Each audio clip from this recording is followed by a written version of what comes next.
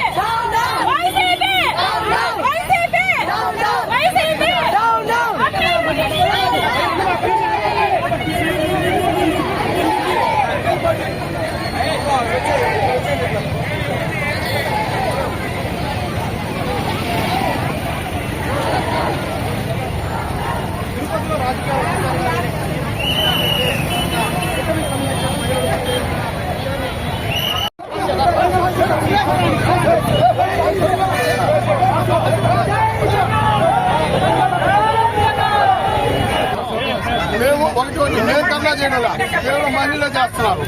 మేము మద్దతు ఇస్తాం. ఈ రౌడీజం చూసి మొన్న మా వాళ్ళు పెట్టారు మీకు తెలుసు కదా. ఆ విధంగా ప్రజాస్వామ్యంలో ధర్నా చేస్తున్నట్టు కూడా మేము రౌడీజం చేస్తున్నాం. అధికార పార్టీ నాయకులు అక్కడ ఉండొచ్చు, అక్కడ కూడా లేదా అంటే అధికార పార్టీ వాళ్ళు ముందే ప్రతిపక్షం లేదా వేస్తాం. మీరు వచ్చి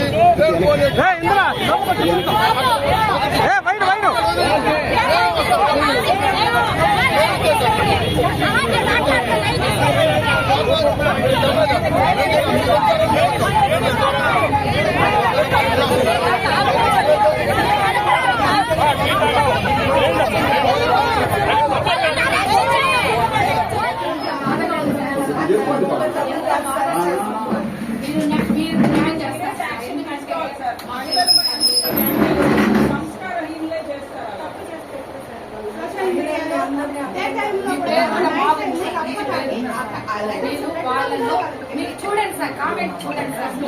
ఎంత ముందరగా అంటే చాలా తప్పు సార్. న్యాయం చేయాలి.